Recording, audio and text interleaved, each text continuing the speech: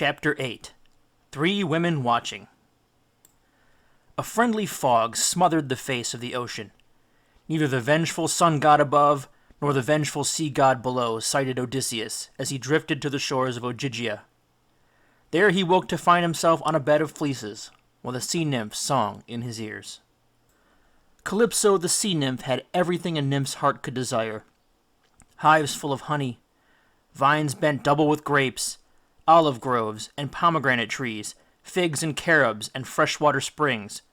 Her cave was no dark, damp hollow in a rock infested with crabs. It was a sunny cleft high in a flowery hillside. The floor was carpeted with woven rugs 7 deep, for each time the colors faded, Calypso had others to throw across them. The walls, too, were hung with tapestries. The weaving of these was her only daily work. Indeed, Calypso wanted for nothing, that is, but a husband. When Odysseus sat up and looked around him, he commented on the prettiness of the cave. "I've always tried to keep it pleasant while I waited." "Without your nursing, I would be lying dead on the beach now," he said. "I am truly grateful." "But how could I let you die after waiting all these years?" she said, and laughed. "Waiting for what?" He began to feel nervous. "Waiting for you, of course, Odysseus, my love. You are the husband I've waited for all my life. I knew you would come, and now you'll stay with me forever." "But, lady, I'm married. My wife and son are waiting in my 3-island kingdom of Ithaca. I must set sail today." Calypso narrowed her sea-green eyes. "But you have no ship, husband." "Then you must give me one. Lend me one. Help me to build one." "But I have no ship, husband, and I am the only person living on this island. The trees here are my friends and subjects. They would never allow themselves to be fashioned into a ship that would take you away from me." "But my wife—" "Yes, my dear?" "My wife Penelope, I mean." "Is old and wrinkled now. I will never grow old. I am immortal." Then Odysseus knew how the little bird feels when it lands on a lime twig to rest and finds its feet stuck fast. He threw himself down on the fleecy bed and turned his face to the wall. Calypso smiled patiently. "Soon you will love me. Wait and see," she said cheerfully, and returned to her loom which stood by the entrance to the cave. Far, far across the ocean, in the white halls of Palicata Palace, another woman was weaving. Penelope, queen of Ithaca, looked up from her loom and stared out across the wave-striped sea. Every day she sat at her loom in the window of the palace, and every day she watched for Odysseus to sail over the horizon. But the only ships which came were the ships of smiling suitors. Moneyless princes and dispossessed warlords sailed in on every tide to ask for her hand. The laws of hospitality demanded that she offer them food and drink and a bed to sleep in. But the suitors never went home. They were sleeping 4 to a bed now. Every day they ate and drank the produce of the island, feasting and making free with Odysseus's own clothes, Odysseus's own weapons, Odysseus's own chairs, making eyes at Odysseus's own wife. "He's dead long since, lady. His ship went down in a storm. He was killed by pirates, most likely, or eaten by cannibals." "Don't give him another thought, dear lady. Marry again and give this 3-island kingdom of yours a new king." They talked of love, but none of them loved Penelope. Their hearts were set on the golden crown of Ithaca and the island's riches. "My husband will come back soon," she told them at first. "I feel in my heart that he's still alive. He'll be angry to find you here pestering me. Leave now. That's my advice." But as the months went past, she realized that they would not leave just because she advised it. "Go away," she told them. "I don't want to marry any of you. I shall have only one husband in my life, and that husband is Odysseus. His son Telemachus will rule the 3-island kingdom after him." But as the months went past, she realized that the suitors were plotting and scheming to murder Telemachus, so that Odysseus, dead or alive, would have no heir. "Go away," she told them. "There's not one of you I'd choose to marry, even if my Odysseus were dead." "Then we'll draw lots," said the suitors. "The man who wins shall take you for his wife, since you have no special preference." Then Penelope asked herself, what would Odysseus do if he were in my place? He wouldn't let these bullies have their own way.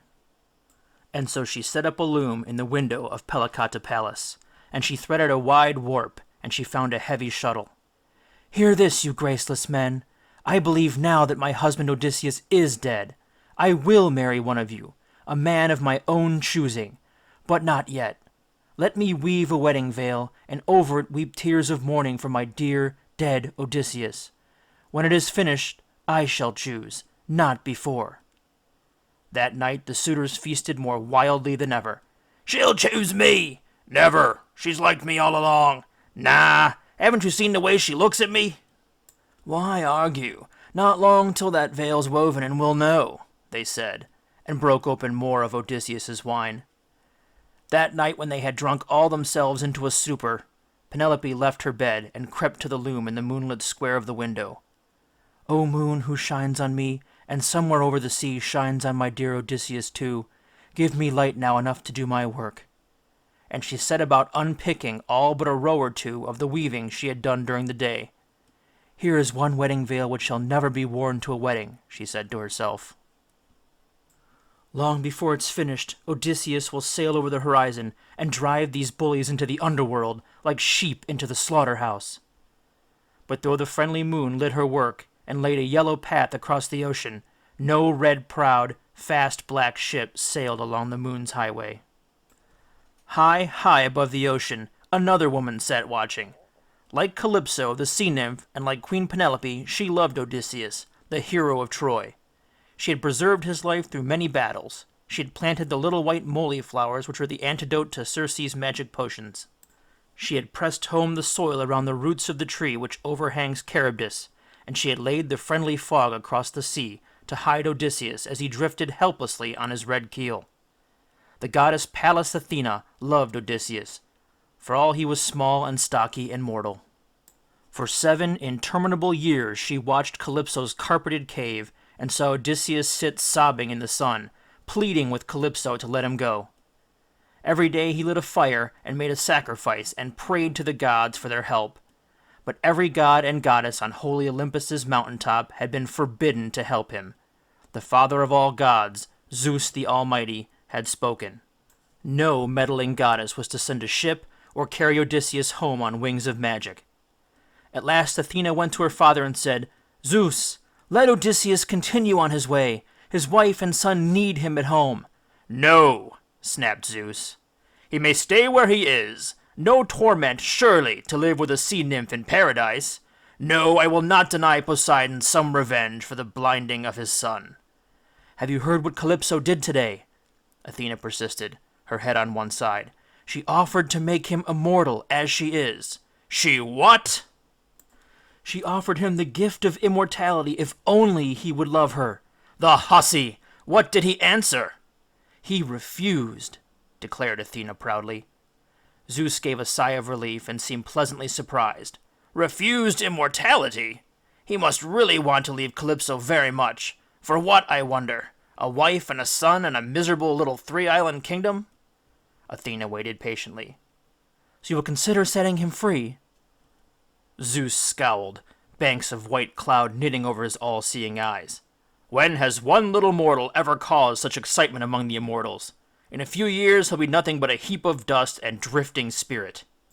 "Very well, I'll send him and tell Calypso she must set Odysseus free. But Athena—" "Yes, dearest father?" "No magic wings to carry him, no words of advice whispered in his ear while he sleeps, no visits to earth to walk by his side. The man loves his wife. It would be a great mistake for any foolish goddess to fall in love with him." Athena widened her warrior gray eyes. "A goddess love a mortal? How could such a thing ever happen, father dear?" Behind a rainbow column of the house of the gods, Poseidon crouched, greenly out of place in the dry realm of heaven.